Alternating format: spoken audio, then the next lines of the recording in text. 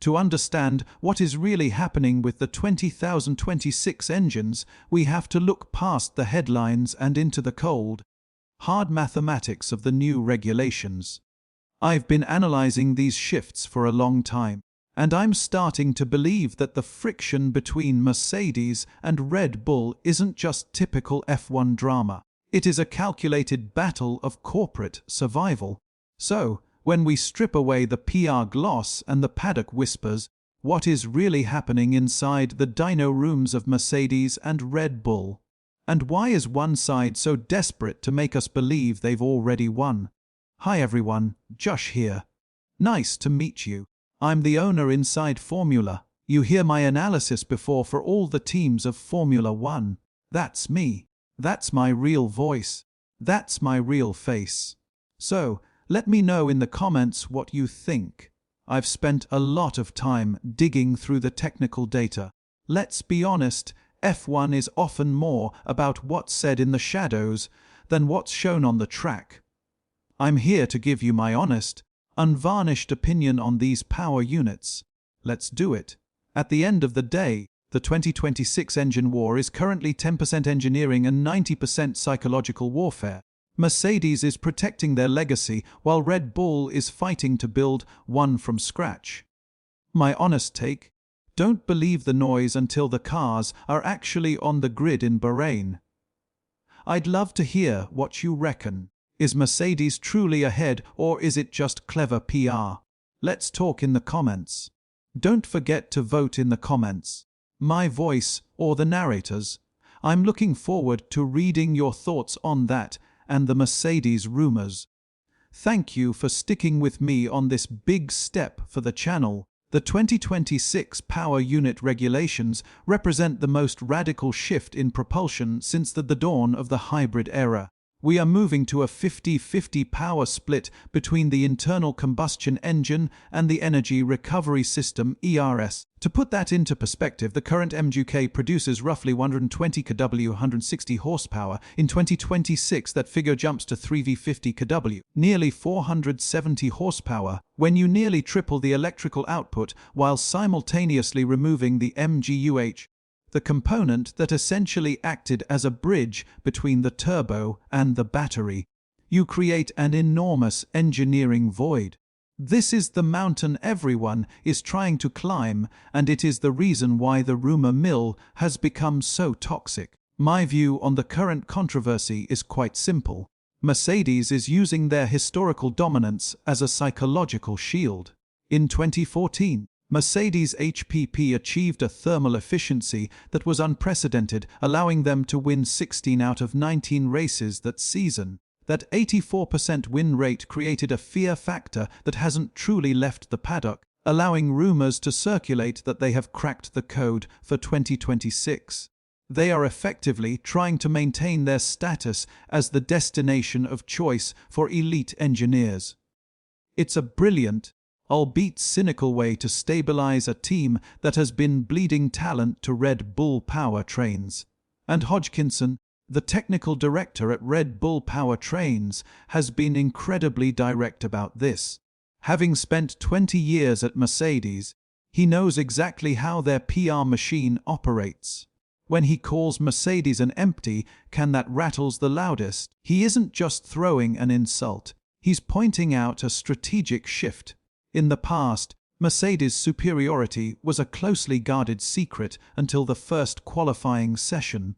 Today, the buzz is being cultivated years in advance. In my opinion, if you truly had a 50 horsepower advantage on the dyno right now, you would be doing everything in your power to keep it quiet so the FIA doesn't move the goalposts. Let's look at the technical reality of the for 2026. The fuel flow is being reduced from 100 kg per hour to approximately 70 to 80 kg per hour, depending on the energy flow density. This means the engine has to produce similar levels of power while using 30% less fuel. This is where the 100% sustainable fuels come in. This isn't just about being green. It's about combustion chemistry. The team that partners best with their fuel supplier Petronas for Mercedes and Aramco Ford for Red Bull to optimize the knock resistance and energy density of these new fuels will have a massive advantage. This is the hidden race that is currently being run behind closed doors. The removal of the MGU-H is perhaps the biggest technical hurdle for 2026. Without it, turbo lag becomes a massive issue and the ability to harvest energy from the exhaust heat is gone. This puts an immense strain on the MGU-K to harvest energy purely through braking. If you've ever wondered why Red Bull is so vocal about the Frankenstein cars, it's because their simulations suggest that on high-speed tracks, the battery will be depleted halfway down the straight. If Mercedes has found a way to mitigate this, clipping through superior energy management software, then the rumors of their advantage might actually have some weight. However, we have to look at Red Bull's position with a degree of empathy. For the first time since 2005, they are building their own engine. They've built a state-of-the-art factory in Milton Keynes and hired over 200 former Mercedes employees. The pressure to succeed is monumental.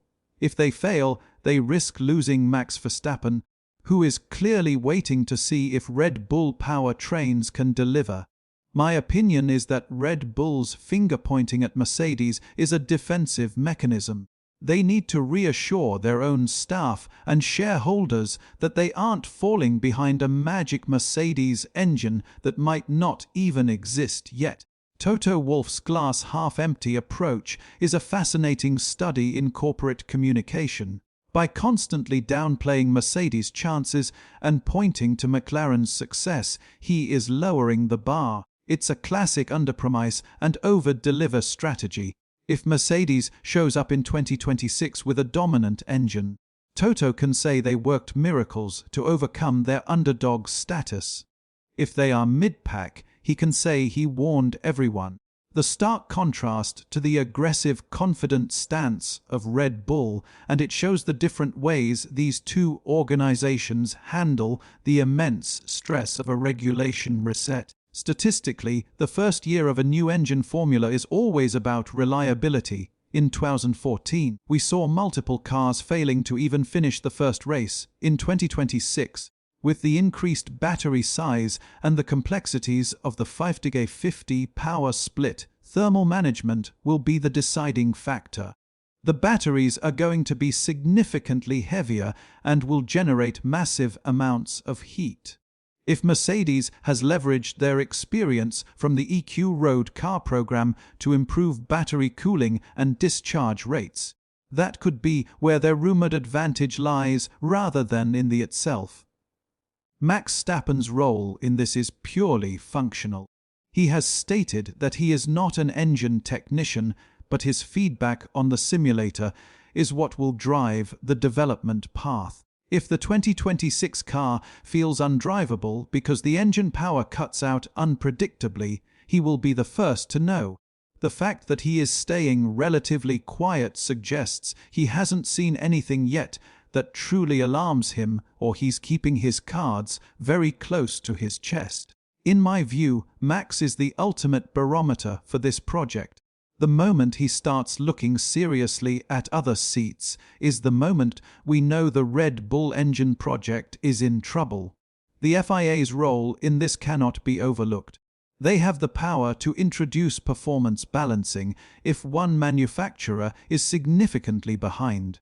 This is exactly what Red Bull is afraid of and what Mercedes might be banking on. If Mercedes can convince the world they are the benchmark, they might influence how the final technical clarifications are written. When we talk about the innovation Mercedes supposedly has, we're likely talking about pre-chamber combustion or a breakthrough in MGU-K recovery efficiency. Because the total energy output is so strictly regulated, the only way to find an advantage is in the efficiency of the round trip. How much energy you can put into the battery and get back out without losing it as heat. If Mercedes has a 5% edge in round trip efficiency, That translates to a massive advantage over a 60-lap race. That is the truth that everyone is trying to uncover. I find the human element of this rivalry to be the most authentic part of the story. Ben Hodkinson's departure from Mercedes was a massive blow to Brixworth. The bitterness we see today is the result of years of poaching and intellectual property disputes. When Red Bull accuses Mercedes of peddling hype, they are speaking from a place of deep personal and professional rivalry. This isn't just about who has the fastest car. It's about who has the smartest people. It's a battle of egos that is currently being disguised as a technical debate. The 2026 engines will also have to deal with a 30 kg reduction in the fuel limit for the race. This makes the BSFC brake-specific fuel consumption the most important metric for engineers.